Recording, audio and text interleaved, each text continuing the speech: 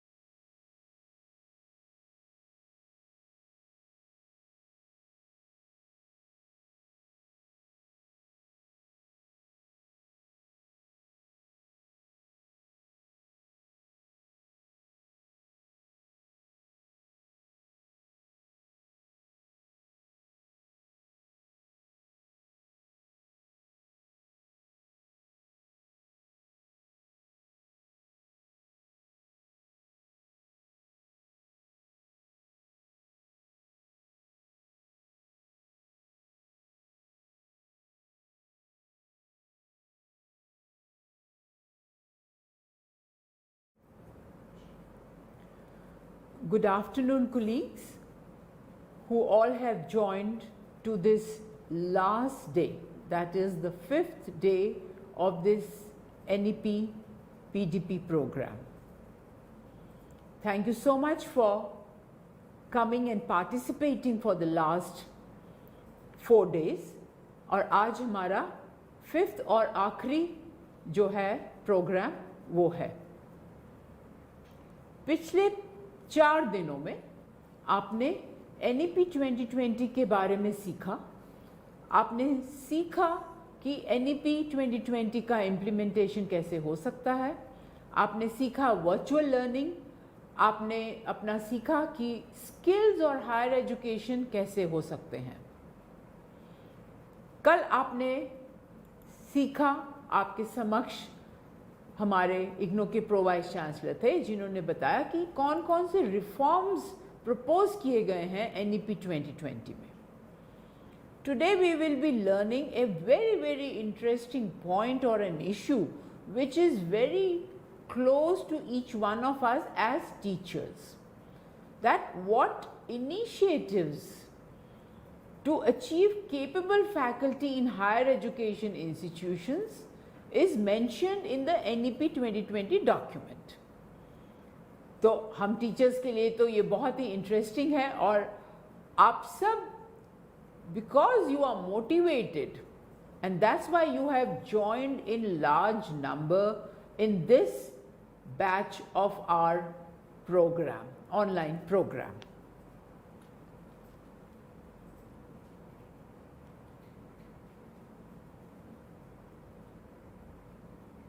Okay, तो policy document हम आशा करते हैं कि आप सब ने पढ़ लिया होगा, क्योंकि आपने स्वयं प्लेटफॉर्म पे एनरोल किया, आप सब ने पिछले 4 दिनों से आपने सीखा, तो पॉलिसी डॉक्यूमेंट पढ़ा होगा। और जैसे कि आपको पता है, policy document is available in several languages. I think 20+ languages it is available. So it will not be very difficult for you all, those who haven't read it, to go and read, glance through what the policy document says. Now, coming to today's very important subject or the issue, page 40 में लिखा गया है, point number 13, if you remember of it, or if you can see it on your screens. A very important point which the policy wants each one of us to understand is motivated, energized and capable faculty. बहुत सारे जो पुराने policy documents जो बने, उनमें भी teacher को बहुत एम्फेसिस दिया गया है।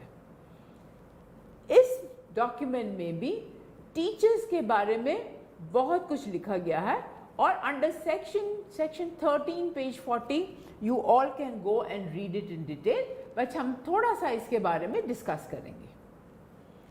सबसे पहला पॉइंट जो इसमें लिखा गया है कि जो सक्सेस है ऑफ हायर एजुकेशन इंस्टीट्यूशंस, चाहे वो यूनिवर्सिटीज़ हो, चाहे वो कॉलेजेस हो, चाहे वो टेक्निकल यूनिवर्सिटीज़ हो, चाहे वो मेडिकल यूनिवर्सिटीज़ हो, चाहे वो जनरल यूनिवर्सिटीज़ हों, तो किसी भी हायर एजुकेशन इंस्टीट्यूशन का जो सक्सेस है वो किसके ऊपर डिपेंड करता है, किसके ऊपर निर्भर करता है?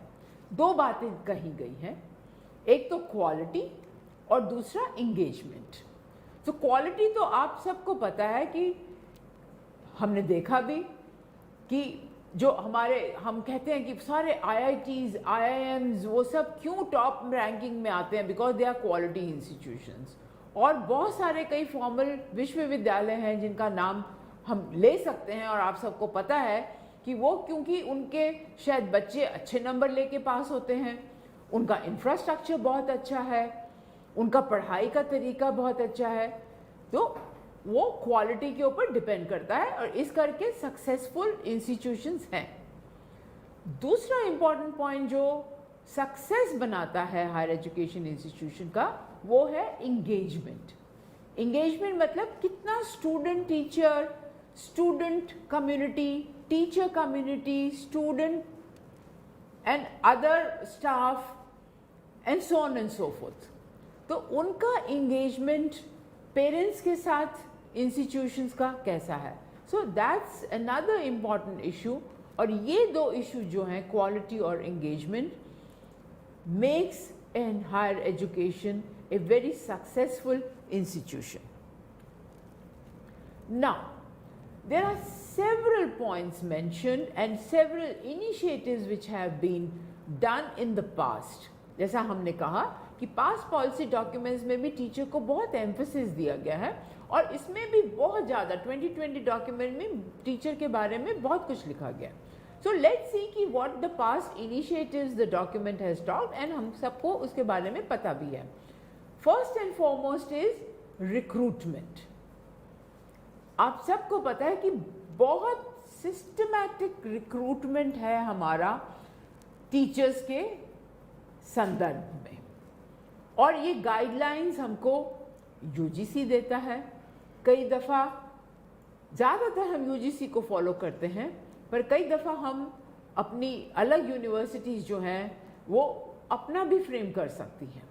तो रिक्रूटमेंट में भी उन्होंने, यूजीसी ने बहुत सारे पॉइंट्स शुरू से दिए, और उनको वो चेंज भी करते जा रहे हैं। पर अगर हम पास्ट इनिशिएटिव की बात करें तो उसमें जैसे उन्होंने, one of the initiative which was done was NET examination, right. So उसमें होता है कि रिक्रूटमेंट के लिए आपको लेक्चरर बनना है, रीडर बनना है, एसोसिएट प्रोफेसर बनना है, प्रोफेसर बनना है, तो आपका नेट क्वालिफिकेशन होना चाहिए।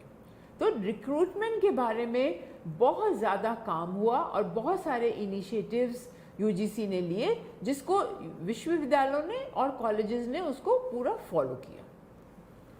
सेकेंड इनिशिएटिव जो बहुत लिया गया पास में और अभी भी है, कैरियर प्रोग्रेशन। अगर हम देखें तो जब हम एजुकेशन में, हायर एजुकेशन में आते हैं तो हम कैसे ज्वाइन करते हैं? As a lecturer, assistant professor. तो हमारा जो कैरियर है वो बिल्कुल प्रोग्रेशन में है, from lecturer to reader to professor, और उसमें बहुत सारे चेंजेस होते गए। जैसे फॉर एग्जाम्पल उन्होंने कहा लेक्चरर के बाद सीनियर लेक्चरर, रीडर, रीडर के बाद सीनियर रीडर और प्रोफेसर। तो ये जो हमारा कैरियर प्रोग्रेशन था वो भी बहुत ही वेल डिफाइंड था यूजीसी में कि टीचर्स का कैसे हम बढ़ाएंगे। सबको ज़रूरत होती है अपने कैरियर में आगे बढ़ने की, तो ये बहुत ही ज़्यादा इम्पॉर्टेंट इनिशिएटिव था और वो हमेशा टाइम टू टाइम बदलता गया। ऐसा नहीं कि वो स्टैटिक था, वो बदलता गया और अच्छे के लिए बदला। थर्ड इम्पॉर्टेंट इनिशिएटिव पास में जो लिया गया और जो अभी भी है इज इक्वल रिप्रेजेंटेशन। आपने देखा होगा अपनी यूनिवर्सिटीज़ में भी या कॉलेजेस में भी, अगर आप इस प्रोसेस में इन्वॉल्व हैं, स्पेशली सीनियर जो हैं फैकल्टी मेंबर्स, कि हम सबको जनरल कैटेगरी भी है, रिजर्व कैटेगरी भी होता है, फिजिकली चैलेंज लोग भी हैं, तो हम सबको इक्वल रिप्रेजेंटेशन दिया गया है टीचर अपॉइंटमेंट में। मेल हो फीमेल हो उसमें भी है, रोस्टर बनता है जब अपॉइंटमेंट होता है। तो ये बहुत ही इम्पॉर्टेंट इनिशिएटिव है जो लिया गया in higher education institution to make a successful higher education. Next important initiative की अगर हम बात करें तो आप सब मेरे साथ सहमत होंगे, और पॉलिसी डॉक्यूमेंट में जो लिखा हुआ है is the compensation.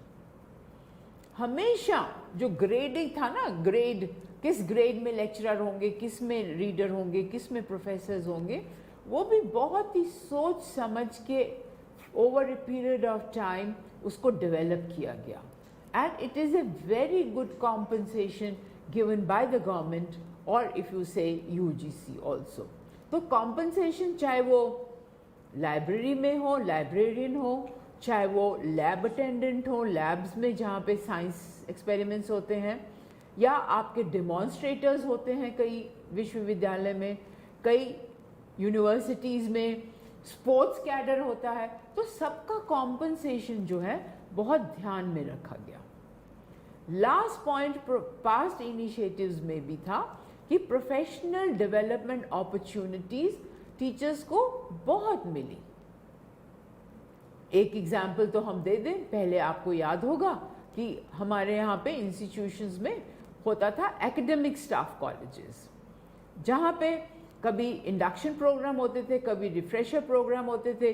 Based on those professional development opportunities हम सबको लेक्चरर से रीडर बन जाते थे, रीडर से प्रोफेसर बन जाते थे। पहले भी था और अब भी बहुत ज़्यादा उसको ऊंचे स्तर पे लेके जा रहे हैं। तो जो प्रोफेशनल डेवलपमेंट अपॉर्चुनिटीज़ भी एक बहुत ही इम्पॉर्टेंट इनिशिएटिव पास्ट में हुआ, और ये इसको इस डॉक्यूमेंट में अच्छे से रेफर किया गया। Now what are the initiatives proposed in this policy 2020?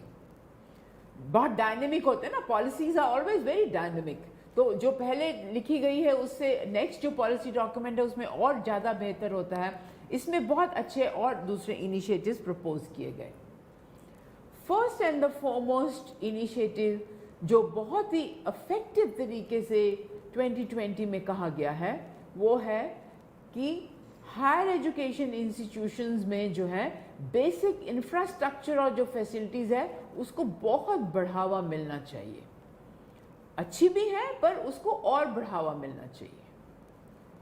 For example basic infrastructure में क्या बात की? पीने का पानी, drinking water, neat and clean toilets, good labs, good classrooms, well ventilated classrooms and so on. तो इंफ्रास्ट्रक्चर और फैसिलिटीज को कहा गया इस डॉक्यूमेंट में कि बहुत बढ़ावा मिलेगा।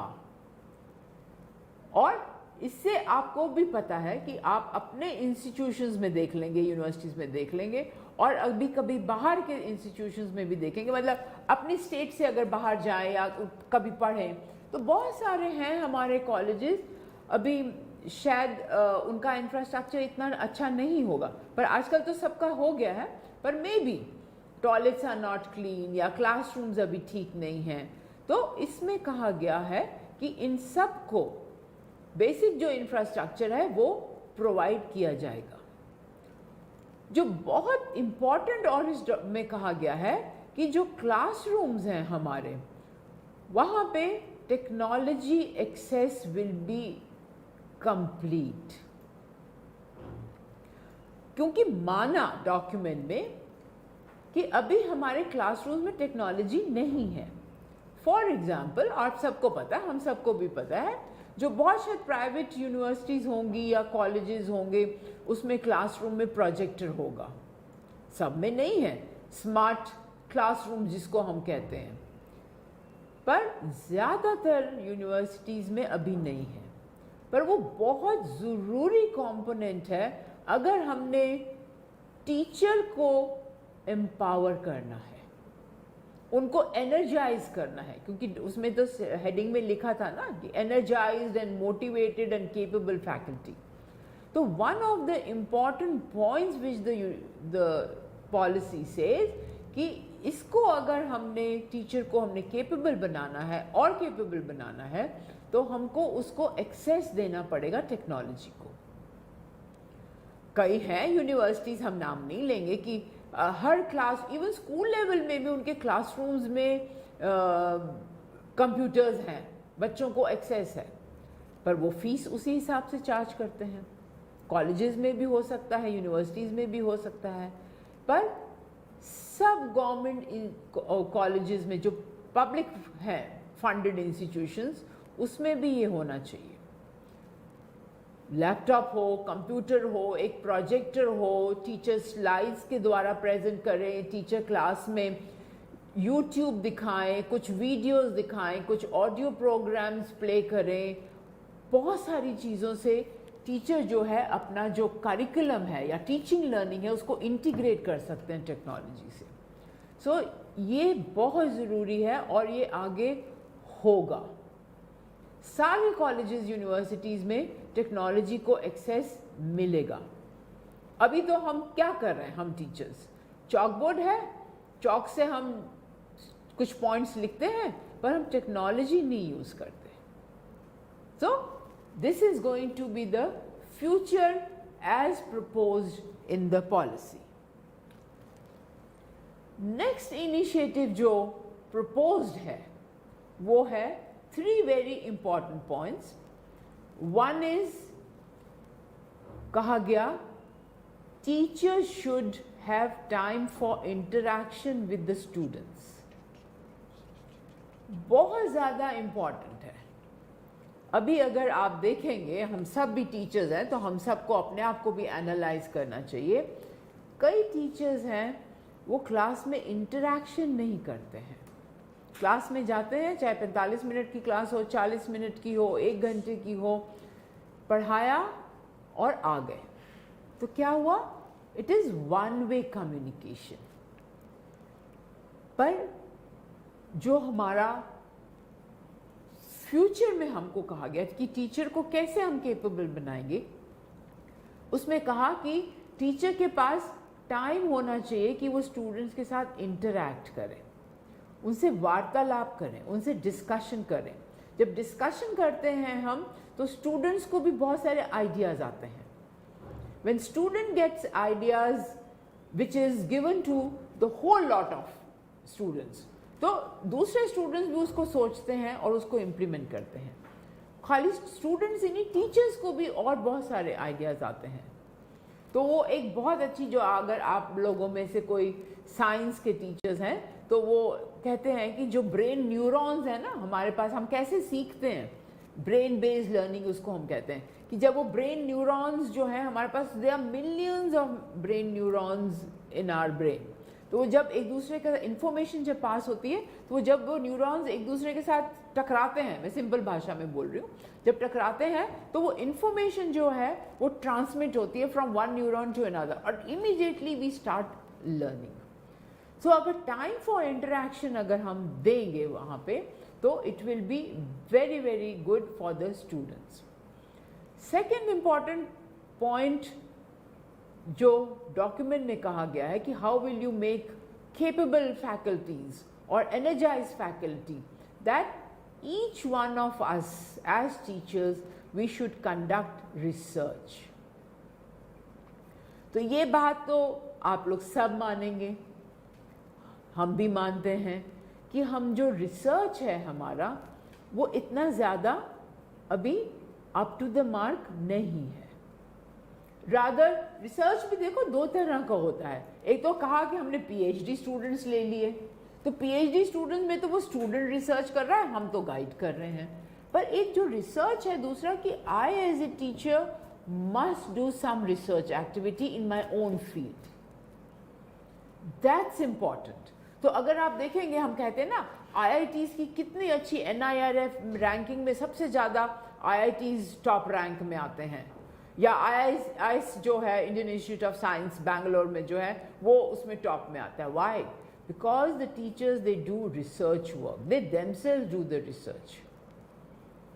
तो इस डॉक्यूमेंट में प्रावधान दिया गया है कि टीचर्स को रिसर्च खुद को करना है, अपने सब्जेक्ट में करें, अपने एरिया में करें, क्लासरूम रिलेटेड करें, पेडागॉजी में करें, सिंपल छोटा सा एक्शन रिसर्च करें।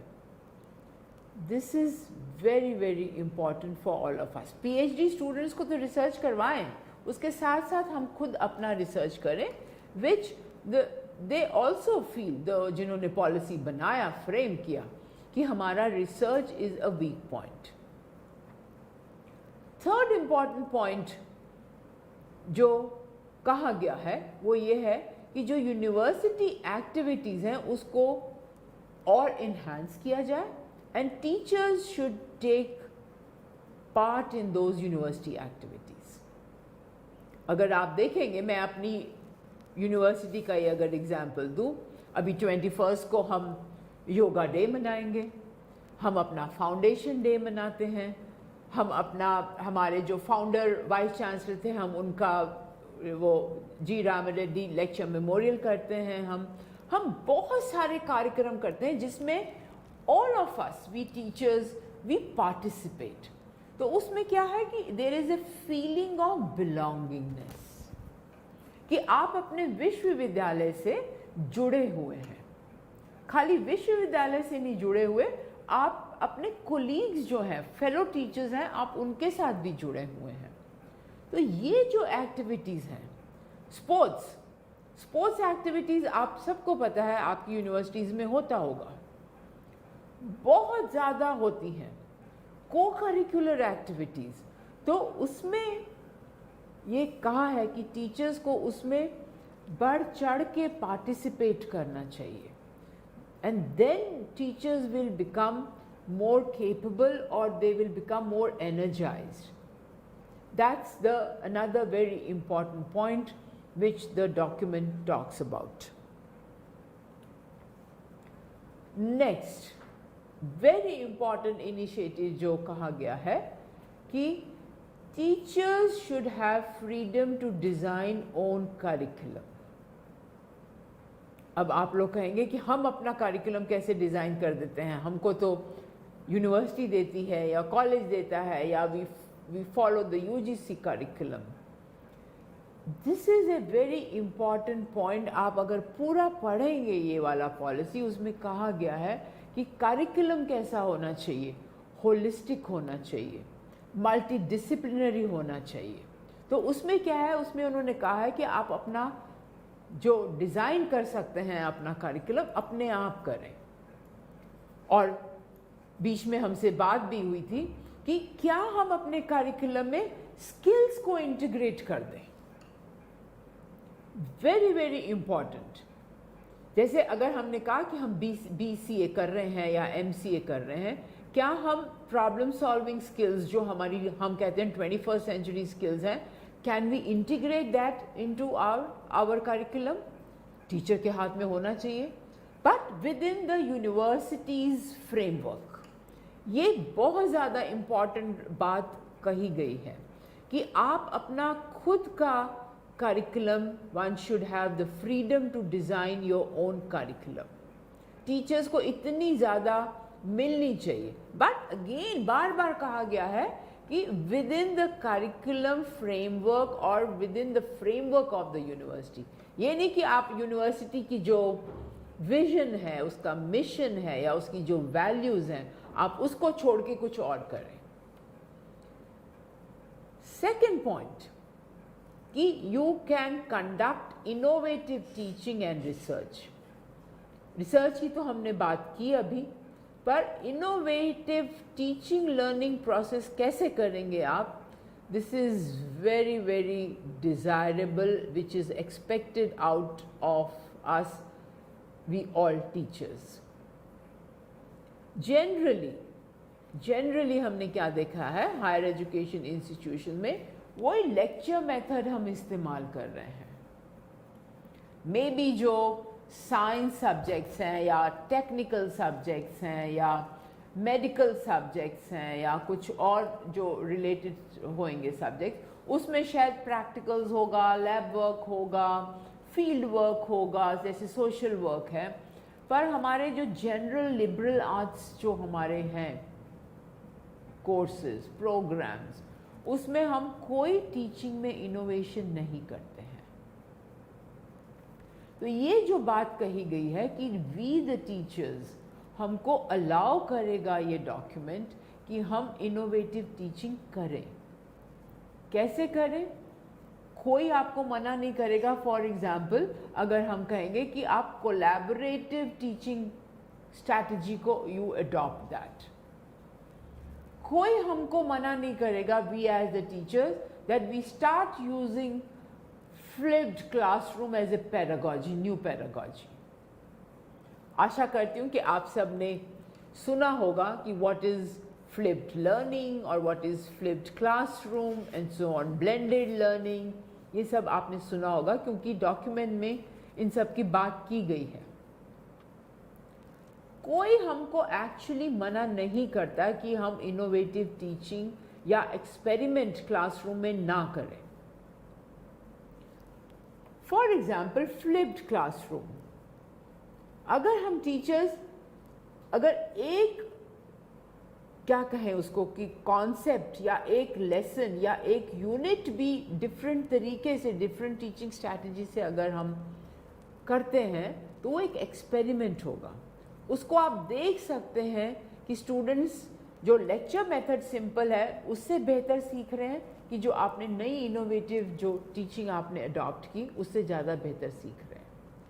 और क्या हुआ, इसके साथ साथ आपने रिसर्च भी कर ली, which is called action research. Many of you know about that action research. Innovative teaching के बहुत सारे उदाहरण हैं और ये हम सबको करना चाहिए। वो छोड़ दें वो जो इंस्ट्रक्टिविज्म है ना, जो हम लर्निंग की जब हम बात करते हैं तो बहुत सारी लर्निंग थ्योरीज में जो फर्स्ट लर्निंग थ्योरी की हम जब बात करते हैं, इंस्ट्रक्टिविज्म, कि जो टीचर है वो सिर्फ इंस्ट्रक्ट करती है students and students they are only the passive listeners, and this is what actually is happening. तो पर पॉलिसी डॉक्यूमेंट में कहा गया है कि हमको ये कंप्लीटली चेंज करना है। So we should conduct again within the given framework of the university of our college कि हमको इनोवेटिव टीचिंग के ऊपर एम्फसाइज करना चाहिए। Next point, what it says that performance assessment होना चाहिए। हम अभी तो शायद वो एंड में सिर्फ अपना एक API स्कोर भरते हैं क्योंकि हमको लेक्चरर से रीडर बनना है, रीडर से हमको प्रोफेसर बनना है, पर हम हिंदुस्तान में, इंडिया में, we are not doing those performance assessments. And if you know, in other developed countries every semester students do the assessment of teachers performance. तो उसको कहा गया है कि वो जो assessment, performance assessment है, we should bring it and उसके पैरामीटर्स को डिफाइन करना पड़ेगा. चाहे वो यूनिवर्सिटीज डिफाइन करें, चाहे वो UGC डिफाइन करें, बहुत जगह डिफाइन किया है. जैसे API स्कोर्स में है ना, फॉर एग्जाम्पल उसमें कहा गया कि जो MOOC कोर्स डेवलप करेगा उसको 5 पॉइंट्स 10 पॉइंट्स एक्स्ट्रा मिलेंगे. सो द परफॉर्मेंस असेसमेंट को भी डिफाइन किया गया है और उसको यूनिवर्सिटीज अपने व्हाट देयर विजन और मिशन इज उसके हिसाब से उसको चेंज कर सकते हैं. और ये आ जाएगा क्योंकि पॉलिसी में कह दिया गया है. सेकेंड इंपॉर्टेंट पॉइंट जो पॉलिसी में कहा गया है कि teachers should be given incentives. पता नहीं कब मिला था हमको इंसेंटिव, पर हाँ जो वो होता है ना hidden incentives, yes, many institutions they give that. जैसे फॉर एग्जाम्पल रिवॉर्ड या रिकॉग्निशन या movement towards the leadership position. बहुत अच्छा काम करें तो हम तो घर में भी क्या करते हैं कि वी गिव आवर चिल्ड्रन, हम कहेंगे कि अच्छा अच्छे नंबर आएंगे, फर्स्ट आओगे, सेकंड आओगे, तो we will give you a chocolate or new clothes or something like that. So that's what you are doing, you are motivating the children. So इसमें कहा गया कि if you give rewards to the teachers, they will be more motivated, they will be more energized to work better for the organization. और reward मेरे को लगता है खाली ऐसा नहीं होएगा कि आप कोई चीज़ दें. Reward can be in public, कोई हमारे जैसे वो होती हैं, मीटिंग्स होती हैं या हमारी असेंबलीज होती हैं बहुत सारी यूनिवर्सिटीज़ में, कॉलेजेस में, स्पोर्ट्स फंक्शन होते हैं, उनमें हम रिवॉर्ड दें. रिकॉग्निशन मीन्स सिंपल, आजकल तो मेल है ना, you write down in a mail your senior or your colleague or your peer, you can just write that it was a very good work done by you. You are recognizing the teacher. और हम सबको, let me tell you, each one of us, चाहे हम professor बन जाए, चाहे reader हो, चाहे लेक्चरर हो, each one of us we want recognition. अच्छा काम करने के लिए, है ना? और अच्छा काम तो सभी करते हैं, आप सब, all of you are doing it. So how do you give an incentive? You recognize it. You can take those people to a higher leadership position. Lecturer है, you have done a good job, तो आप उसको head of the department बना दें, आप उसको कोई committee का member बना दें. So these are the things. ये तो हम अपनी यूनिवर्सिटी या head of the organization के ऊपर डिपेंड करता है, बट जो बात कही गई है वो ये है कि इंसेंटिव जो है टीचर्स को देना बहुत ज़रूरी है, so that they are motivated. Next point, professional development activities. आप सब ने पिछले 4 दिनों से ज्वाइन किया ये वाला कोर्स, स्वयं कोर्स, और आप सब SP लाइव पे आ रहे हैं. That is one important point ki you are motivated. So one of the schemes which it is Pandit Madan Mohan Malviya mission schemes for teachers, Government of India ने अभी उसको शुरू किया.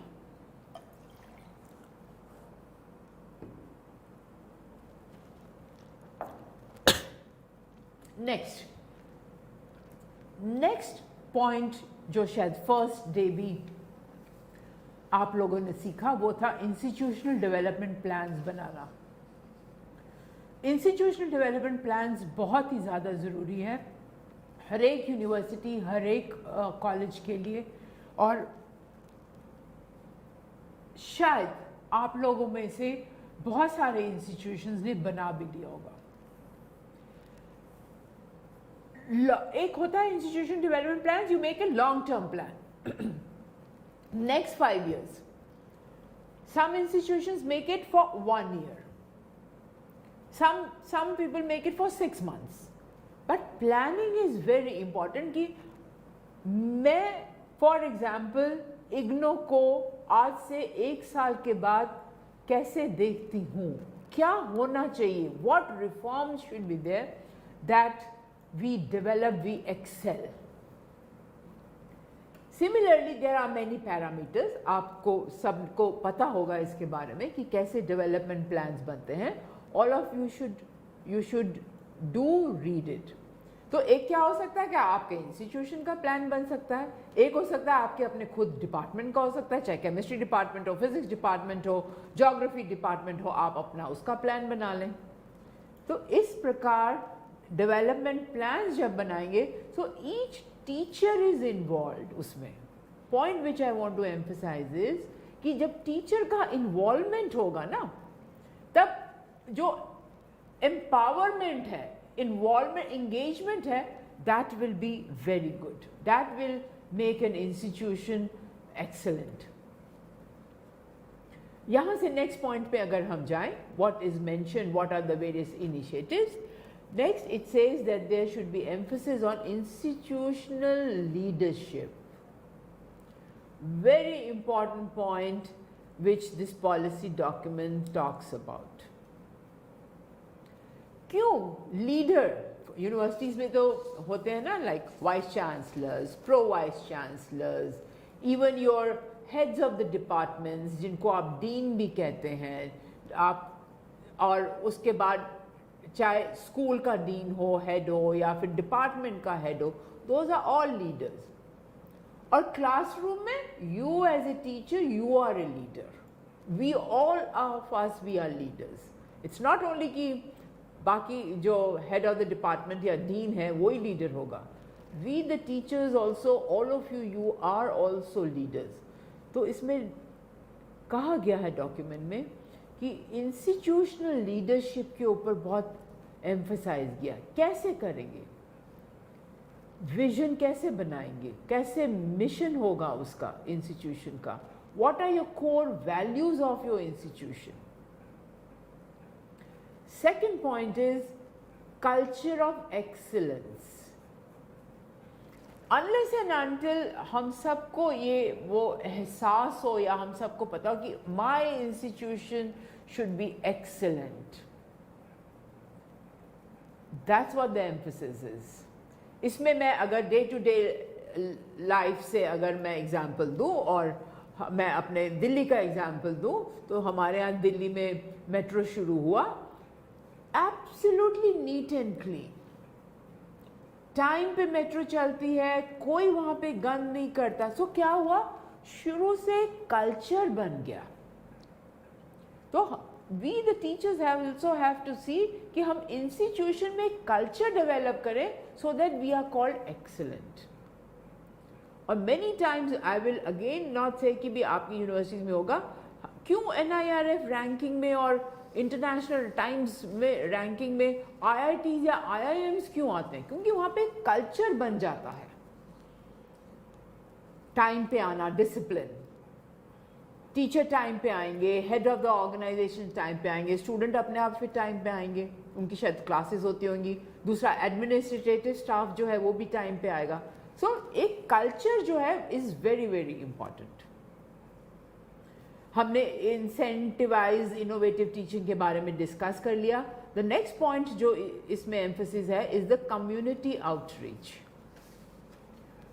Very important. कम्युनिटी को institution, university, colleges जो है वो कैसे आप you will connect with them.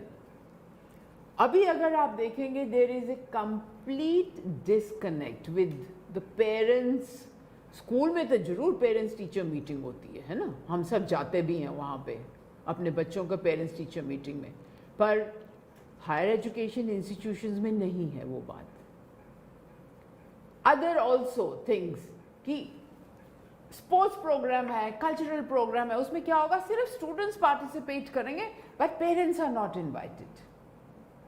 So this is important कि कम्युनिटी आउटरीच. आजकल तो बहुत सारे कार्यक्रम गवर्नमेंट ने बहुत शुरू किए, जैसे स्वच्छता अभियान है ना, वो डिसेबिलिटी सेक्टर में बहुत सारे शुरू किए. सो ऑल दीज स्कीम्स जो यूजीसी कर रही है, this is why, because we have to reach to the community. और ये बहुत ही इम्पॉर्टेंट पॉइंट है to make an institution an excellent institution. Coming to the training part of it, जो उसमें कहा गया कि professional development of teachers is equally important. तो प्रोफेशनल डेवलपमेंट में हम लोग के पास फेस टू फेस आप कार्यक्रम, प्रोफेशनल डेवलपमेंट में आप कार्यक्रम में जाते हैं, ऑनलाइन में जाते हैं, ब्लेंडेड प्रोग्राम्स में जाते हैं. फेस टू फेस में तो आपकी बहुत सारी यूनिवर्सिटीज़ में HRD सेंटर्स हैं. हमारे IGNOU में हमारा जो स्ट्राइड है, that is also an HRD centre. तो we conduct several training programmes. Another scheme is Pandit Madan Mohan Malviya National Mission on Teachers and Teaching. Several universities have been given. So teachers, they go to these centers and they are getting training and they are professionally enriching themselves. Online professional development programme में है, जैसे this is your online professional development programme, this is an example. So there are several such UGC programme जिसमें I am sure आपने बहुत सारे programmes या national programmes, professional development programmes attend भी किए होंगे. लाइक अर्पित है, where you are using the MOOCs platform on Swayam. There is Nishtha, that is for school teachers, which is available on the Diksha platform, that is for the school teachers. अब तो school teachers के लिए CBSE ने NEP के ऊपर एक पूरा portal बना दिया. जैसे हमने ये कार्यक्रम बनाया for the higher education teachers, so even the school level at the CBSE they have done it. Last 1 or 2 points. Another initiative is the Global Initiative for Academic Network, जिसको हमने ज्ञान कहा. नई स्कीम शुरू हुई, UGC ने शुरू की. टेक्निकल एजुकेशन के लिए जो टेक्निकल इंजीनियरिंग जो यूनिवर्सिटीज़ हैं या कॉलेजेस हैं या इंस्टीट्यूशंस हैं, उसमें technical education quality improvement programmes चलते हैं. So that way there are several programmes, professional development programmes. There are several other programmes which are in a blended mode. Face to face भी है और उसमें हमारा जो ऑनलाइन है वो भी है. So these are very very important professional development programs. We do in Stride. हम 3 दिन क्या करते हैं कि we do an online program, give a break Saturday Sunday, we give some homework, कोई task देते हैं, teachers they do it, then we come back again on Tuesday Wednesday, Monday Tuesday Wednesday face to face. So क्या हो गया, वो blended mode में हो गया. So those are another set of professional programs where you do. Another programs which we call it enrichment programs, and certain programs are empowerment programs. Enrichment programs है जो direct instruction होते हैं. Actually programme अच्छा था, बहुत अच्छा था, खाना अच्छा था, टीचर अच्छा था, रिसोर्स पर्सन अच्छा था, हमको बहुत मजा आया. These are called enrichment programs. Important is empowerment programs, where you make the teacher empowered to define, revise, integrate curriculum. So what happens there is a sustainable learning there. The teacher, the students, they can create their own learning path and they develop learnability.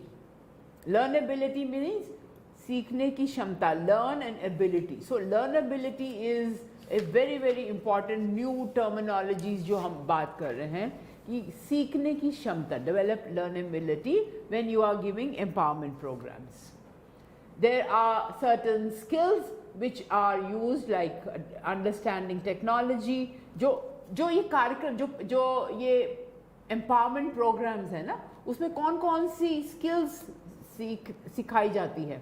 So you are learning technology, you are learning innovation, you are learning that communication skills, you are learning adaptability. Those are the skills teachers should know, and they become better teachers, motivated teachers. Thank you. Now we will have your questions.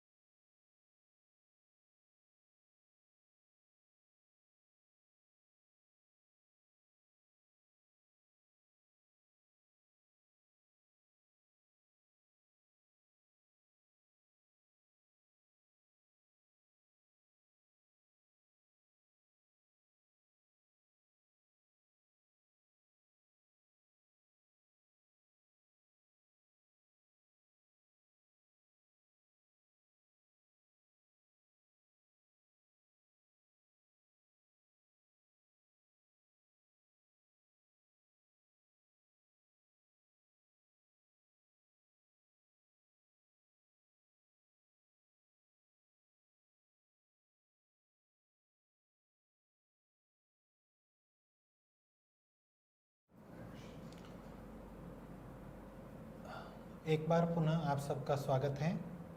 जो प्रश्न answer का session है उसमें ma'am आपके session के बारे में सबने कहा कि आज की क्लास बहुत सरल और इंटरेस्टिंग लग रही है, और कईयों ने कहा हिंदी में व्याख्यान के लिए आपको धन्यवाद।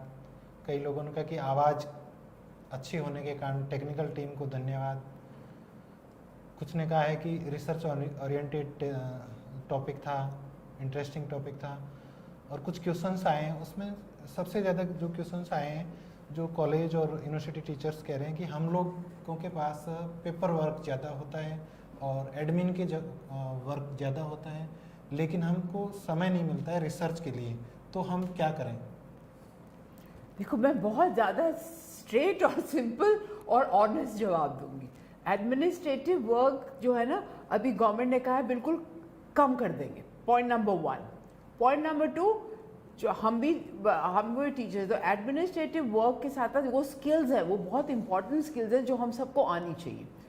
तो रिसर्च भी इक्वली इम्पॉर्टेंट है ना, कहीं से तो टाइम निकालना पड़ेगा।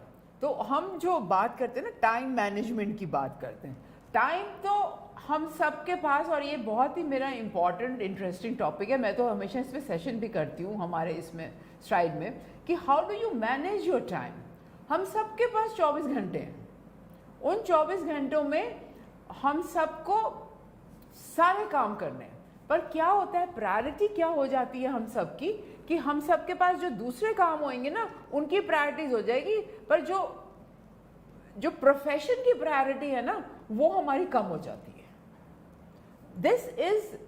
This not only I am saying, this is the research studies shows कि टाइम में हमारे पास टाइम आ जाएगा कि वी गो आउट, है ना, मार्केट जाएंगे या हम अपनी फैमिली के साथ, वो भी बहुत ज़रूरी है। पर अगर हमारा 8 घंटे हैं, हमारे यहाँ तो हैं, official we work 9:30 to 6 o'clock, पर अगर हम उसमें उन 8 घंटे में भी हम अपना टाइम मैनेज नहीं कर सकते, तो we should learn that time management skill. और 8 घंटे वी वर्क सीरियसली, उसमें लंच भी हो, टी टाइम भी हो, थोड़ा सा सोशलाइजेशन भी हो, still 8 hours 7 hours is a lot of time to do research. और ऐसा नहीं है कि आप बहुत बड़ी रिसर्च करें, छोटी रिसर्च करें, एक्शन रिसर्च जिसको हम कहते हैं, कि आपकी क्लासरूम में लेट्स से कि स्टूडेंट्स को एक टॉपिक समझ में नहीं आ रहा, क्या मैं अगली क्लास में कोई डिफरेंट स्ट्रैटेजी यूज करूं, उसको कोई और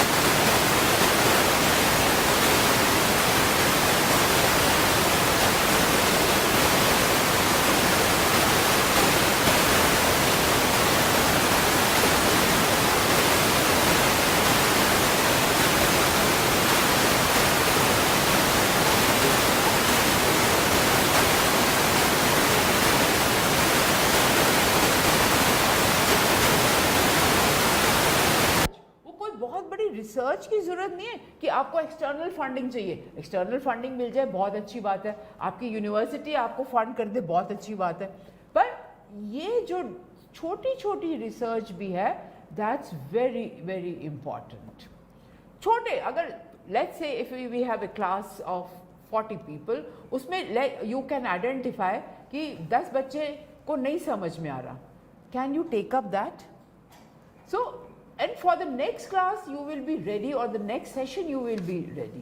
So research जो है वो it's not necessary कि आप सब बहुत बड़ी रिसर्च करें। सिंपल अपने स्टूडेंट्स को एक कोई क्वेश्चनर बना लें, है, whether you are satisfied with your session or not.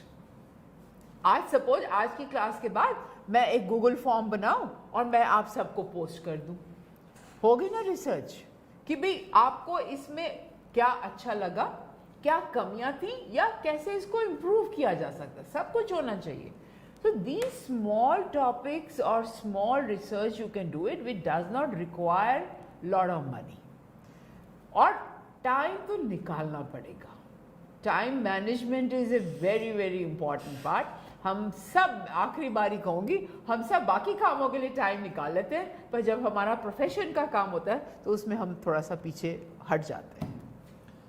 वैसे जो टीचिंग का प्रोफेशन है वो 24 घंटे चलने वाला है, तो आपको दिन में क्लासरूम और रात में आपको रिसर्च करके अगली क्लास के लिए तैयारी करने का काम होता है, और सबसे ज़्यादा सैलरी भी टीचिंग प्रोफेशन की है।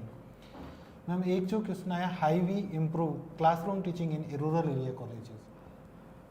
हाँ जी, ये तो बहुत इम्पॉर्टेंट है कि रूरल एरिया में बहुत सारे हमारे पास प्रश्न आते हैं।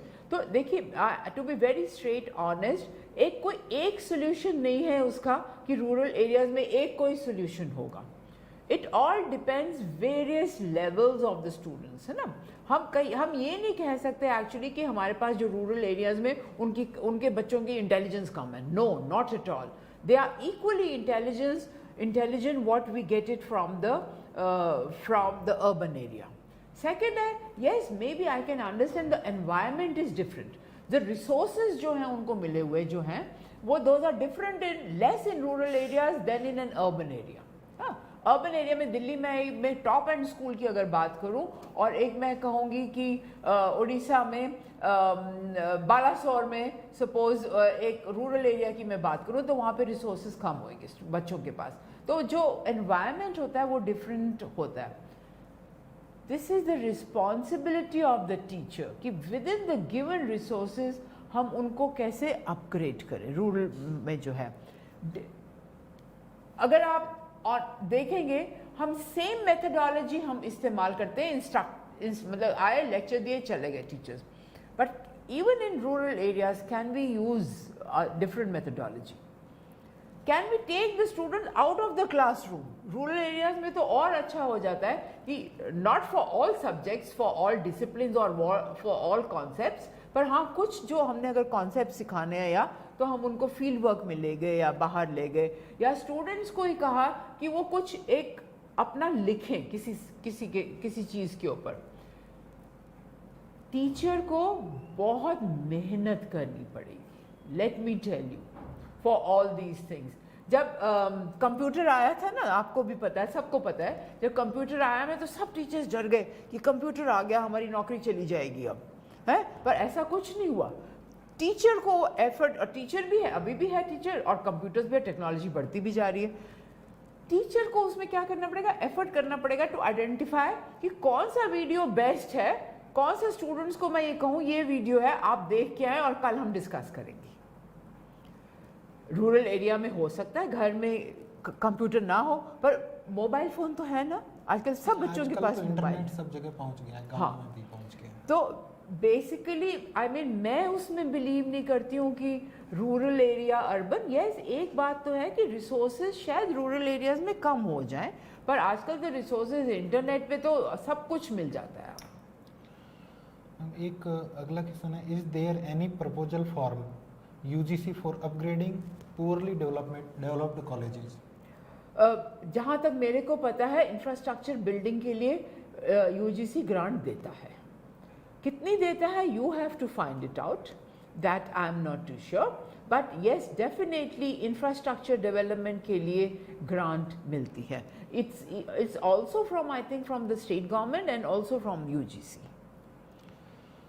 Thank you ma'am. एक अगला क्वेश्चन है, please share some best examples of community outreach programmes for higher education institutions. Community outreach programmes के एग्जाम्पल्स जो हैं, जैसे आप सोशल वर्क में करते, ये एग्जाम्पल तो मैंने दिया था ना, वो स्वच्छ भारत अभियान तो एक one of the best examples है कि हमारे यहाँ पे हमारे रीजनल सेंटर्स जो हैं, इग्नू के रीजनल सेंटर्स, यू नो, वो सब जाके वहाँ पे रूरल एरिया में जाके पूरा वो काम करते हैं, कम्युनिटी के साथ काम करते हैं। रेडियो स्टेशंस एक बहुत इंपॉर्टेंट, जो कम्युनिटी रेडियो स्टेशंस हैं हायर एजुकेशन में, आप तो उनके पास जाके आप अपने ऑडियोज जो हैं, अपना जो लेक्चर जो है, आप उन कम्युनिटी रेडियो स्टेशन पे जाके आप उनसे कहिए कि उसको प्ले करें। तो क्या हुआ, करिकुलम जो कई बच्चे होते हैं वो सुन के उनको अच्छा से याद रहता है, कई बच्चों को देख के याद रहता है। So all these are very very important. और यूजीसी के पास तो और बहुत सारी स्कीम्स हैं अभी, हाँ, कि वो जो कर रहे हैं कम्युनिटी से रिलेटेड जो है। अच्छा, एक जने ने कहा है कि UGC must make mandatory for in service teachers to join PhD directly in respective universities for professional development without trust, इसके बारे में आप क्या? ये तो देखो मैं तो नहीं कह पाऊँगी, इट्स अ पॉलिसी डिसीजन.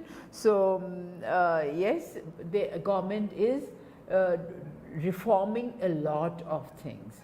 तो उसमें रिफॉर्म्स हो रहे हैं और रिफॉर्म्स होते रहेंगे. अच्छा, काफ़ी लोगों ने पूछा है कि please clarify of discussion forum test questions, इसके बारे में तो मैं पूरा आपको बताऊंगा अभी. और एक जने ने पूछा है can we get the presentation, तो आपको ये यूट्यूब पे लाइव हमेशा है और हमेशा आपको यूट्यूब के चैनल पे COE लाइव कहीं सर्च करोगे तो हमेशा ये वीडियो आपको मिलेगा. दूसरे बहुत सारे लोग हैं मैम, सब कह रहे हैं कि अच्छा प्रेजेंटेशन था, thank you ma'am, informative session और very nice session, excellent explanation. Doctor Ramchandra, आप इनको बताएंगे अभी कि भी नेक्स्ट इनका अभी टेस्ट कब होगा? So we are coming to close to this.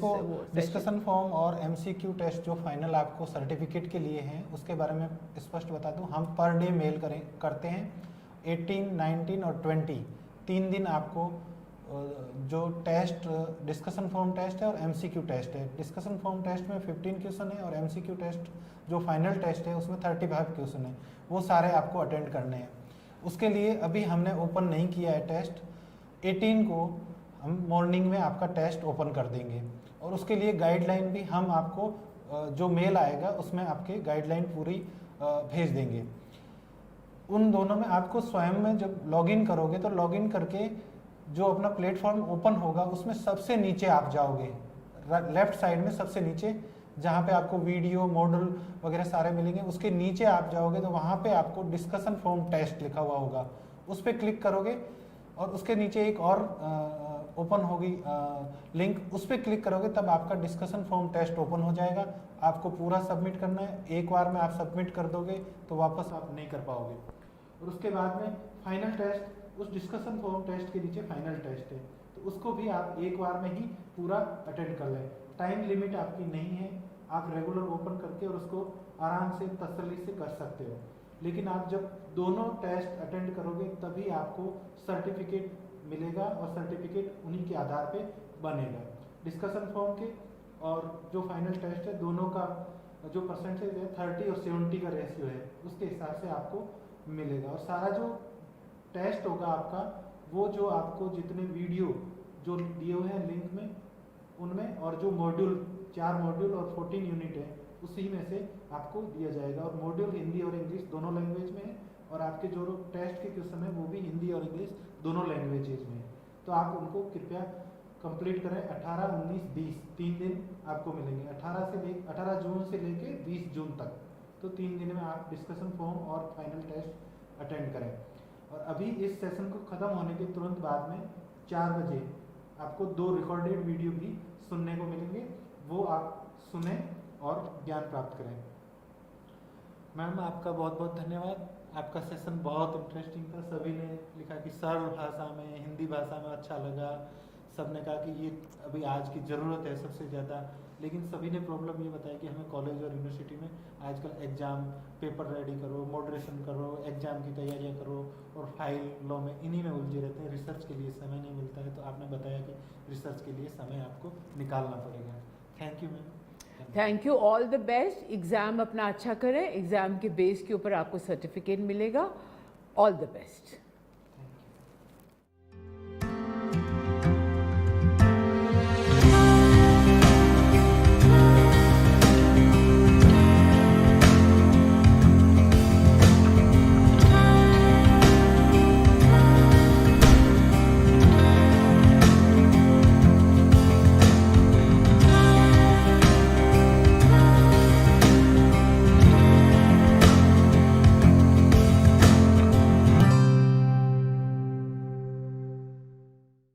Hello learners, welcome to this video session today. My name is Furqan Qamar. I am professor at the Center for Management Studies in Jamia Millia Islamia. I also had the privilege of working as Vice Chancellor of the University of Rajasthan and the Central University of Himachal Pradesh. also served as advisor education in Planning Commission and as Secretary General, Association of Indian Universities. Today, I'm going to discuss and speak on the issue of the importance of research and what are the prerequisites for promoting high quality research in higher educational institutions. I am sure that you all must know, or you will already be knowing, that universities have three interrelated functions that they need to discharge. The first function is that they need to generate knowledge. This is what makes universities different from school education. Universities are not only into the business of communicating knowledge or transacting knowledge, but they are essentially aimed at generating new knowledge, opening new frontiers, adding to the existing body of knowledge, and these are all the functions of research. These we do through research. Of course, the second important function of the universities are that you communicate, you transact knowledge for the benefit of your learner, and essentially it should ideally be a partnership between research and teaching, and in that case the teaching becomes very relevant, directly appropriate and contemporary, enabling students to become able to solve real life situations. So that should be the focus of the teaching.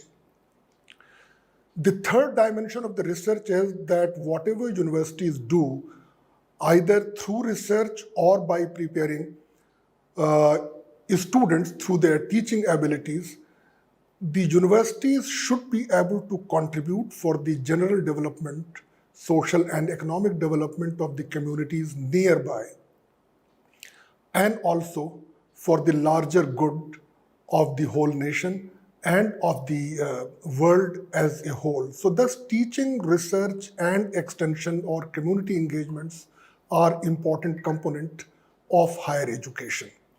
Amongst these three, many experts consider that research is most critical and most crucial dimensions of a university life. You take away research from the universities and universities would be anything but higher education institutions. Now there are certain details that we need to see as to why research are important. Now these days everybody speaks about the national education policy and what it prescribes. We know that the National Education Policy 2020 is targeting to take the participation rate in higher education from the present 27% to about 50% by 2035. The National Education Policy also aspires to have a system of education that India is second to no other country in the world. Now, India would be second to no other countries in education only if India is able to produce original research, see that these researches are monetized, these researches are commercialized, and they lead to not only the registration of patents, but they also lead to the commercialization of those patents. It is therefore not surprising that the National Education Policy 2020 mentions the idea of research and importance of research in over 38 pages out of the 6-page document. And a number of academic reforms initiatives that it proposes is also aimed at promoting research in higher educational institutions. Now, the essential of the research that when a country or when a university is able to produce better high quality research with the help of their teachers and also with the help of their research scholar and other students on the campus, we could say that there are some prerequisites which need to be addressed. And these prerequisites are essentially classified into three broad groups. We need faculty, we need funds, we need freedom, and all of these three dimensions have also been emphasized in the national education policy. Let's first take funds as a prerequisite. Research today has become very, very expensive proposition, particularly in the disciplines of science and technology, where you need to set up labs and other infrastructure for conducting your research and doing your experimentation. Not only that, a general infrastructure development which makes or creates a good teaching learning environment on campus plays a very critical role in motivating people. These days, we see that many universities world over also provide incentive, often either through speedy promotion or through monetary incentives to people who publish high quality research. So all of these things taken together need money, need resources, need funds.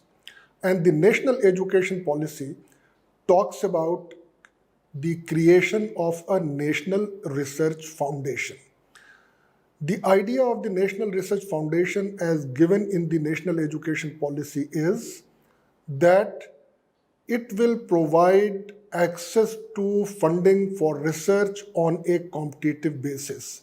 People who aspire to conduct research in certain areas need to apply to the National Research Foundation, and National Research Foundation would sanction or provide adequate amount of funds to enable the university and the faculty to take up the area of research of his or her choice.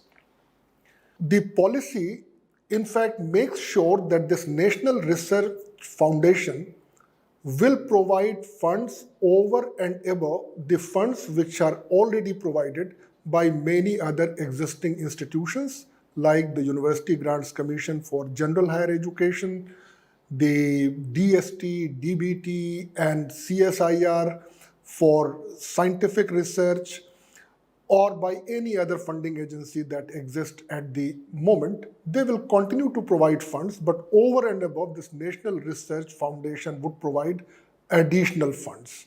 This National Research Foundation shall have a corpus, and out of this corpus, this money would be provided. So fund is a very critical aspect for promoting research. The second thing, which is all the more critical, if you have all the funds available, but if you do not have capable people to take up research, then despite the availability of funds, the researches would not take place. Which are the critical resources? These are the human resources, and primarily these resources comprise of the teachers or faculty in higher education. About faculty, there are a few important things which need to be kept in mind, that we need adequate number of teachers in a university, and in that way for the nation as a whole. I think the adequacy of the teachers is measured usually in terms of the student-teacher ratio or student per teacher. If we analyze that what are the student-teacher ratio for the best world-class universities around the world, we find that this ratio varies between 8 to 12. Our national education policy has not prescribed any specific number of the student-teacher ratio, but it says that student-teacher ratio should not become too high. Because higher the student-teacher ratio, the teachers are more busy in the teaching activities than taking up research. So presently, we have about 28 million or 2.8 crore students in higher education, and we have about 18 lakh teachers. So you can calculate the number of teachers per student or number of students per teacher. And in India, in higher education, our student-teacher ratio is still higher. And that is where the policy says that that number should not be high, that number need to be kept within a certain limits. So policy prescribes about the adequacy of the teacher.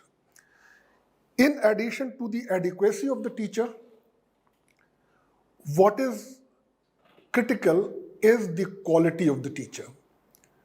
And from the quality of the teacher's point of view, the draft national education policy was more specific, and it said that no teacher should be appointed on ad hoc or contrary or on guest faculty basis. Rather, the teachers should be properly appointed, properly recruited on full-time basis, so that right from day one, they could be engaged into their teaching, research, and extension activities. So quality of teachers are that the teachers are with suitable qualification in terms of the norms that has been prescribed for each department. At the same time, the quality of the teacher is also decided on the basis of their dedication and commitment to engage effectively into the teaching and research activities.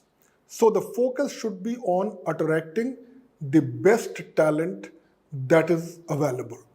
Of course, I cannot say that the best talent, because the best perhaps is not a term which will apply, because we have to select people from within the talent pool that is available within the country.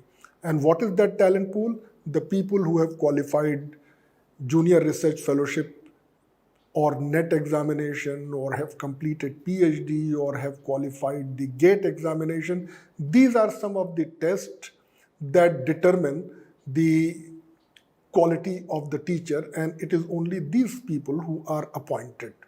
Many institutions also give some weightage, some preference to some foreign training by the students so that they could bring in the best techniques from anywhere in the world.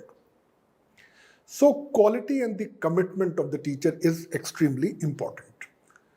And the third dimension for creating that ecosystem is freedom, which in the academic circle is also known as the idea of the university autonomy.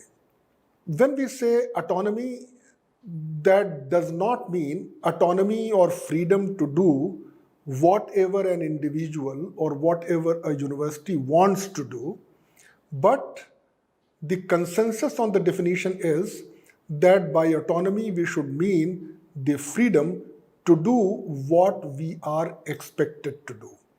So what a university is expected to do? The university is expected to do teaching, research, and extension activities. And to be able to do these things, the universities need freedom, need autonomy. And that is why we see that over a period of time, there have been a lot of discussions and deliberations as to how to make universities free and autonomous. Of course, the other side of the coin is accountability, and quite often, policy planners insist that autonomy is fine, but then the universities should also be held accountable. Now, how do you hold a university accountable? One way could be that you hold teachers and researchers of the university accountable on the basis of whether they follow certain laid down processes and procedures or not. But I think the best accountability could be ensured through whether they have been able to produce the output and the outcomes. So move from the procedure-based accountability to outcome-based accountability, and provide the institutions and provide the individual faculty and researcher the freedom to do research on an area of their preference, of their choice. Sometimes linking research to immediate needs of the society and immediate needs of the economy may not be a good idea, though it might appear that it makes researchers more relevant. But then in case of fundamental research, foundational research, you find that quite often the researchers themselves do not know that what will be the practical applications of research unless a long time has elapsed and then somebody realizes that no, the finding of that research could be used in these activities. So funds, faculty, freedom. Prior to national education policy, lately the government itself have been emphasizing on that if we cannot give autonomy to all institutions, we shall give autonomy to some select institution, and therefore the idea of the graded autonomy came in. So like IIM's acts were changed to make them fully autonomous and all the decisions be taken on the board level. Similarly, it was said that those which are A++ graded or A+ graded institution by the National Assessment and Accreditation Council, the national education policy also emphasized at many places about the idea of this university autonomy, and that we think need to be implemented. Once these things are in place, then there are certain other things which facilitate research or academic research. One thing perhaps I did not mention before, that unless a department or unless a unit of the university has critical mass of the faculty, that does not generate interest in research. So every department need to have at least a minimum number of prescribed faculty so that they have a critical mass.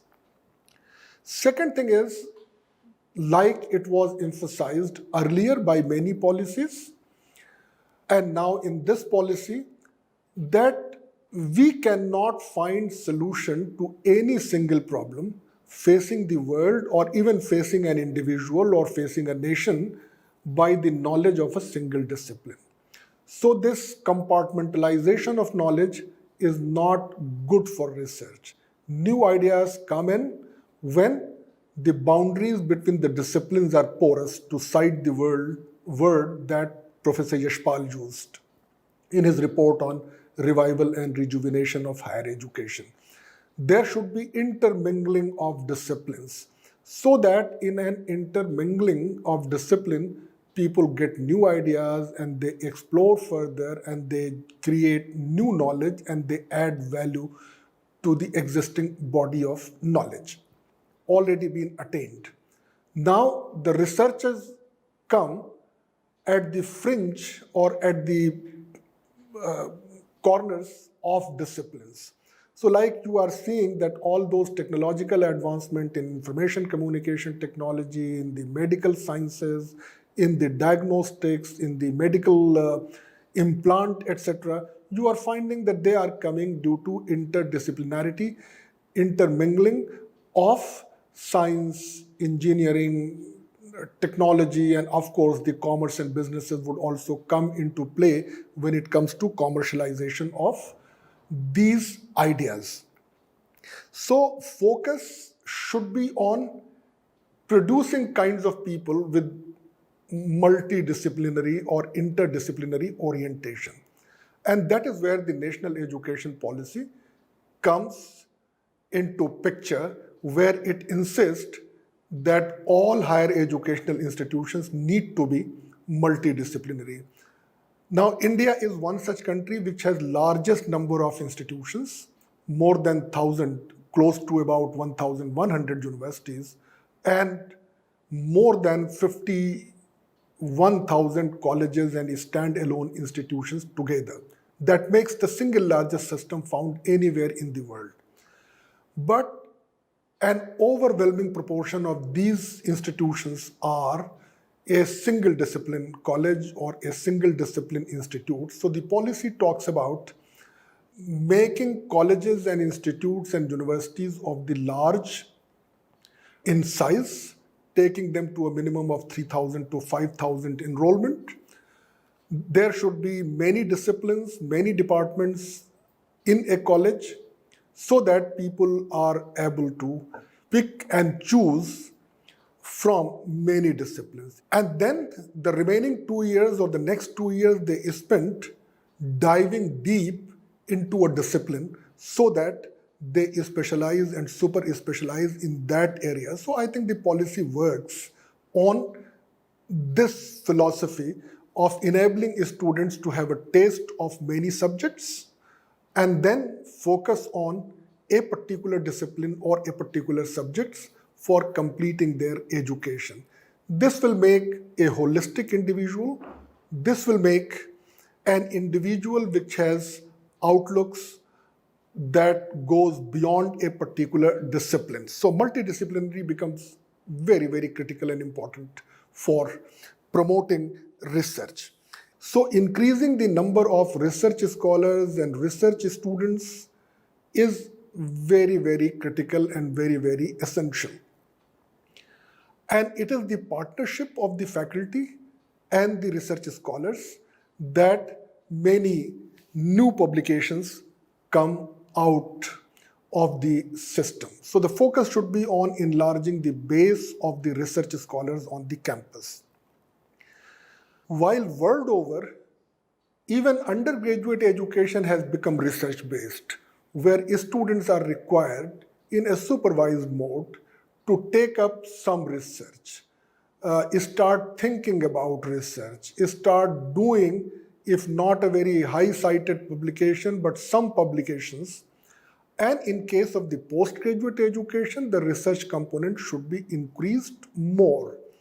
The idea is that most of the people who do their post-graduation and PhD, they are likely to be either in research organization or in the academics. And that is where training them, exposing them to the field of research becomes very, very important. So I think we need to expand postgraduate education, we need to expand PhD level education, and we need to integrate research component certainly in the postgraduate courses, but also to the extent possible at the undergraduate level to create a culture.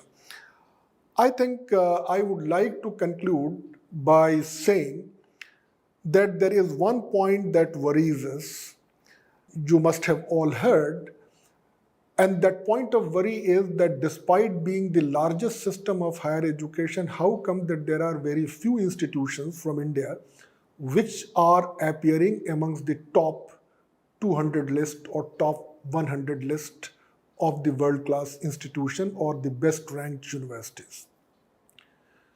The measurement for categorizing institution as world-class gives a very high component to research. So I think we need to focus on research to enter into the league of the best institutions of the world. Also, at the same time, a question that often worries us, that how come that most people who have got Nobel Prize in literature, in economics, and in sciences from India, barring two exceptions, all of them left India after their first degree or even after their second degree and pursued their further training somewhere else in the world. And by working there in the universities and academic institutions in those countries, that these people got their Nobel Prize or the highest honor which any academics can ever think of. Now the question is that why can't we in India create an ecosystem that if we have people with such a good brain that they could get their Nobel Prize by working abroad, why can't we have that ecosystem that these best brains are able to win Nobel Prize by being in India and by producing research of such a world class that makes an impact and that makes a difference. So Indian minds per se is not bad. There is also no dearth of any talent in India. Indians are willing to work hard, provided we are able to create conditions and facilitate their research aptitude. My whole purpose of this lecture was to involve you in this aspiration that make India world class in terms of the number and outcome and impact of research. One example that you could understand, that in India there are about 18 lakhs teachers teaching in higher educational institutions. If everybody produced even one paper every year, then India's research output would have been about 18 lakhs research paper per year. Our real and actual numbers are far less than what it ought to be. So I think we need to work hard to create this research culture and create that ecosystem where everybody takes pride and everybody wishes to contribute in this research process. With these words, I conclude my lecture and thank you very much for your attention. Thank you.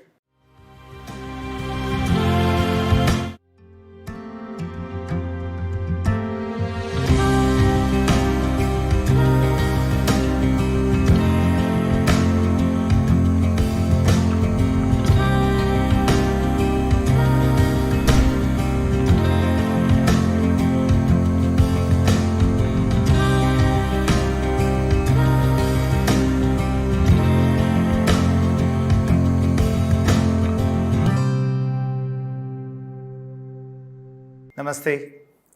Today I will speak on governance of higher education institutions. We all know NEP 2020 talks about holistic development of educational institutions. How holistic development of educational institutions will happen?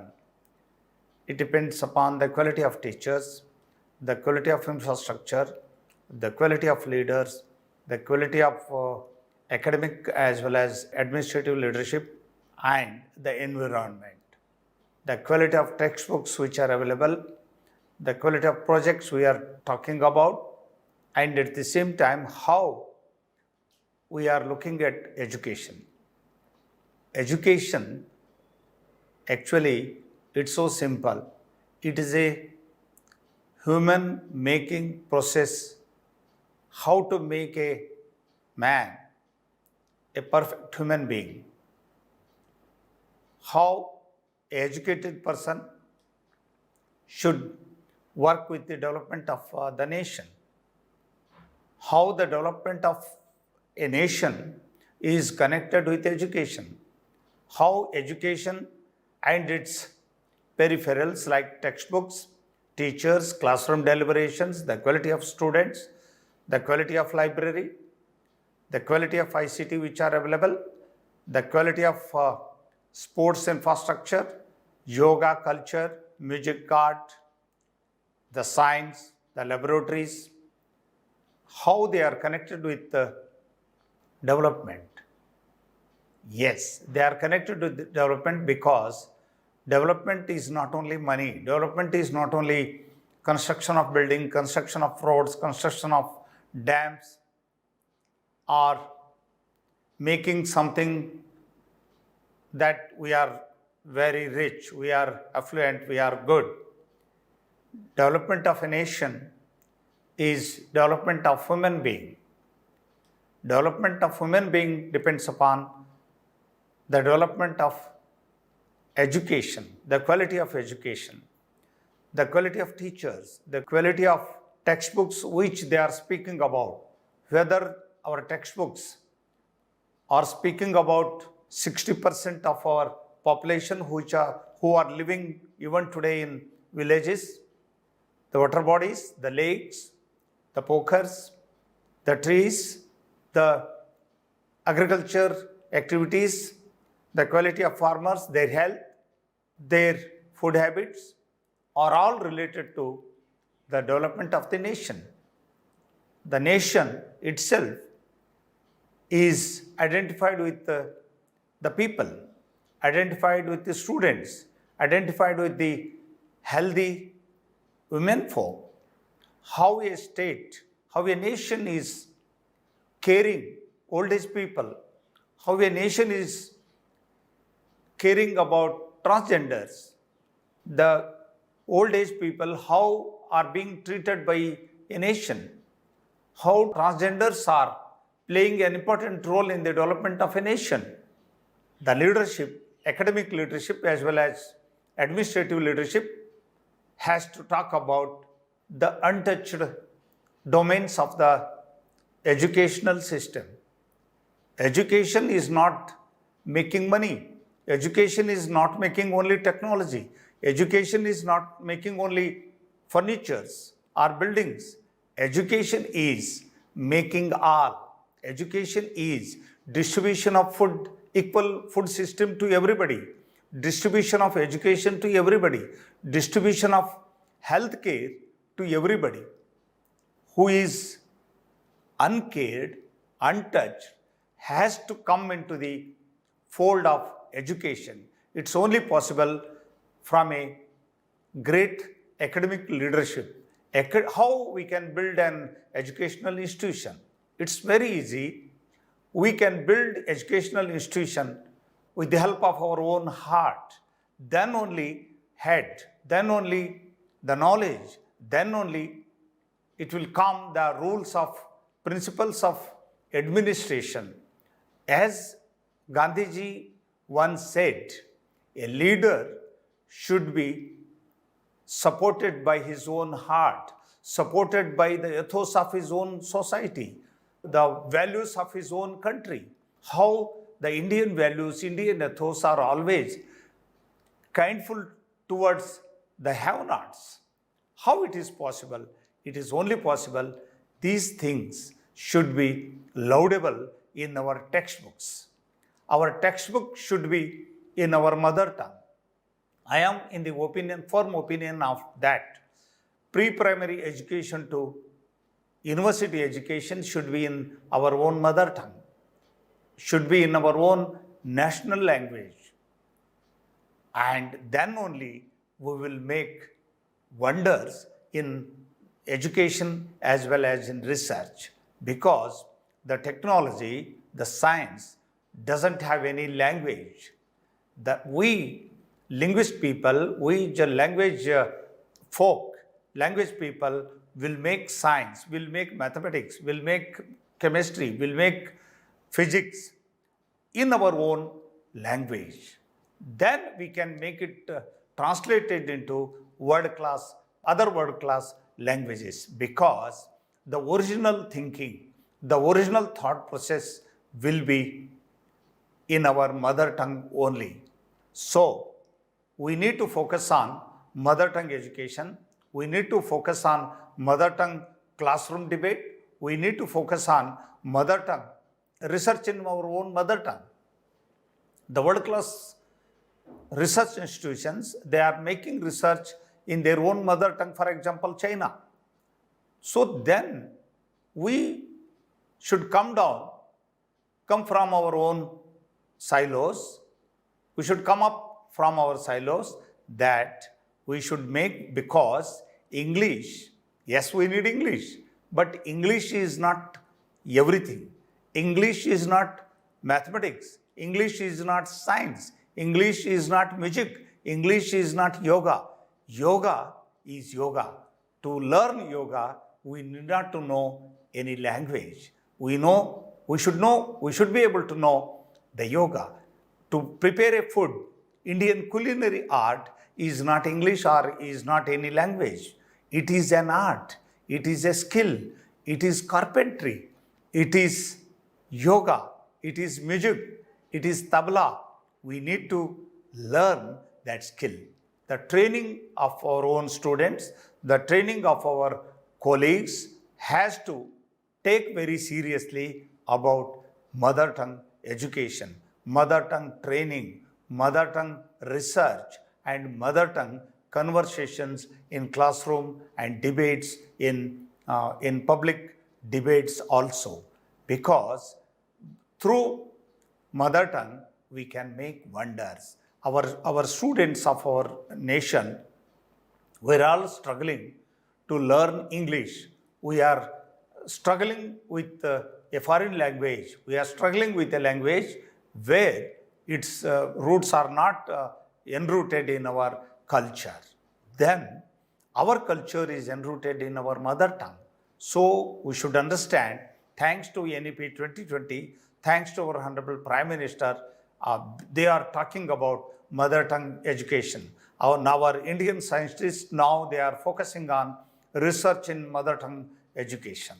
So mother tongue education, classroom debates, and a leader who is talking about education development, nation development, institutional development, that conversation must be in mother tongue only. Then only our stakeholders will come to know the cent% zeal. They will come to know the essence of our conversation. The essence, what I would like to convey a message to my colleagues, it's only possible in mother tongue. It's only possible in our own language. A leader should understand the legacy of our Indian languages. A academic leader should know the legacy of our heritage of our Indianism, Bharatiyata. How Bharat is great, how Bharat was rich, how Bharat is scientific, how Bharat is hardworking, how the women folk is hardworking. The revolutions, the white revolutions, the white flood revolutions, the green revolutions, or production revolutions, they are all possible only because of women folk. It is only possible because of the people from the rural background, the people from tribal background, the people from slum background, the people from hard zone areas or hard-working people. How tribal students are very good in sports. Why they are very good in sports? It's need not to be researched because it's open. Because they have been trained by the mother nature to be hard.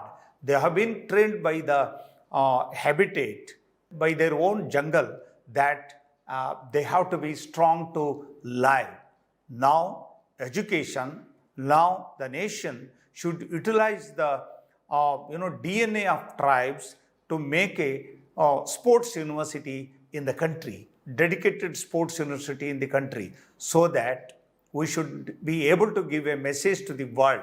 One can make their future even in sports, even in wrestling, even in running, even in high jump, even in long jump, even in tabla, even in harmonium, even in yoga, even in Indian culinary art, even in singing, one can make wonders. Yes, we need to know technology, we need to know medicine, we need to know nanotechnology. Before that, we need to know Indian music, we need to know tribal medicinal system, we need to know the knowledge system of our own mothers and sisters and nanimas and dadimas. Educational institutions and their leaders have to understand Bharat, have to understand our nation through its roots. How rainwater system has been a technology in our own country.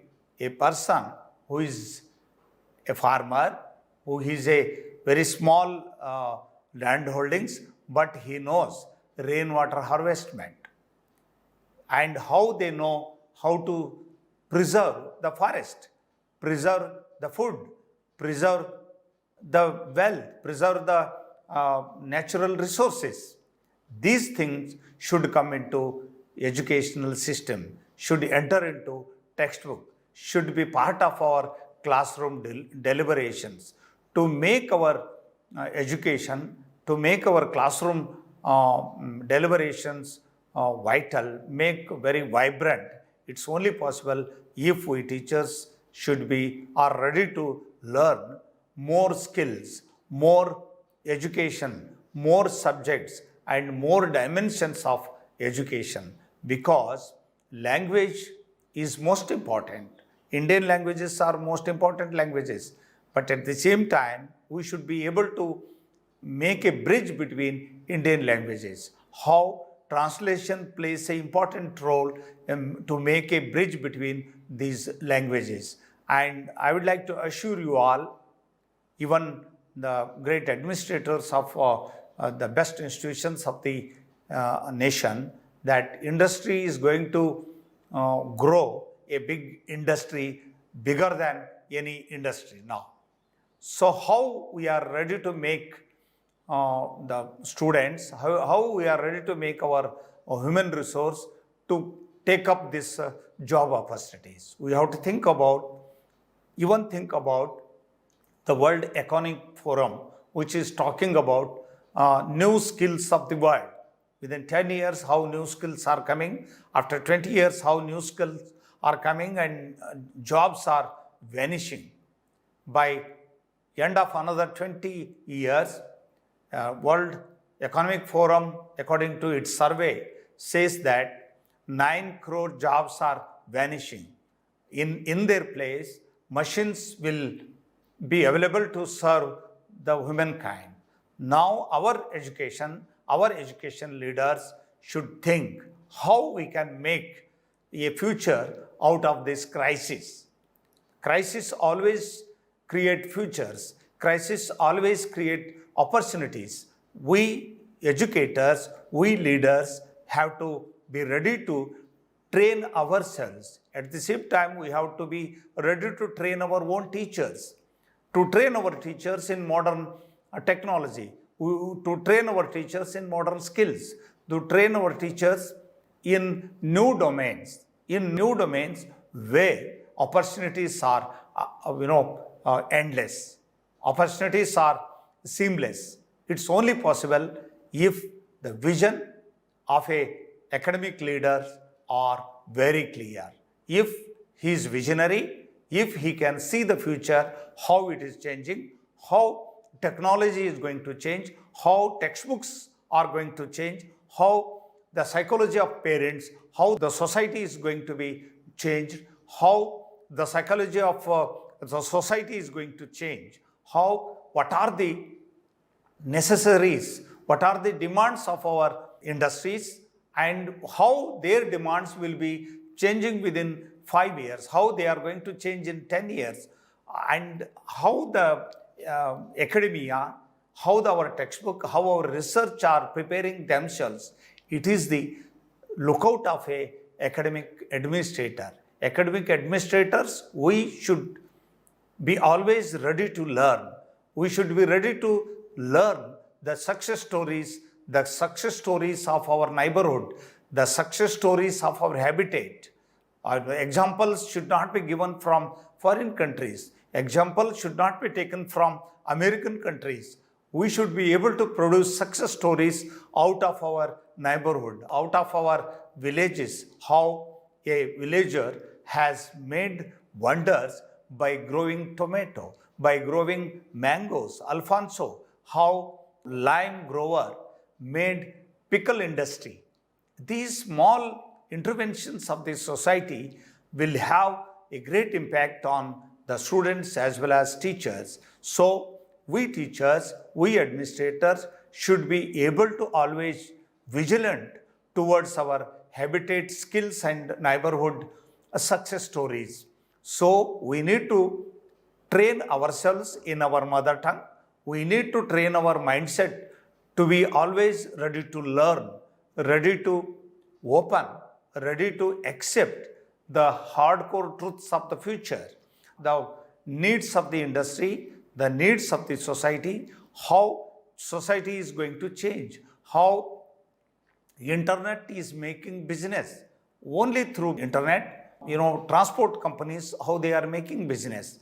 Only with the help of internet, how other companies, business companies are making shelter to people. Without having a hotel, without having a home, without having a space, how business avenues have been abundantly made available. It's only possible if we are able to make the internet as part of our business, as part of our education, as part of our administration. We need to know the importance of Wi-Fi. We need to know the strength of our own students, the strength of our seamless strengths of our own teachers, and the parents who are now talking about only engineering education, only talking about only medical education, we need to train them, we need to convince them music is also equally important than medicine or engineering. And sports also equally important, because sports make us, keep us fit as well as our heart and head. And we now, the government of India, now the world is going to make a future even in sports. It's only possible if administrators are always able to research on the neighborhood skills and neighborhood whereabouts.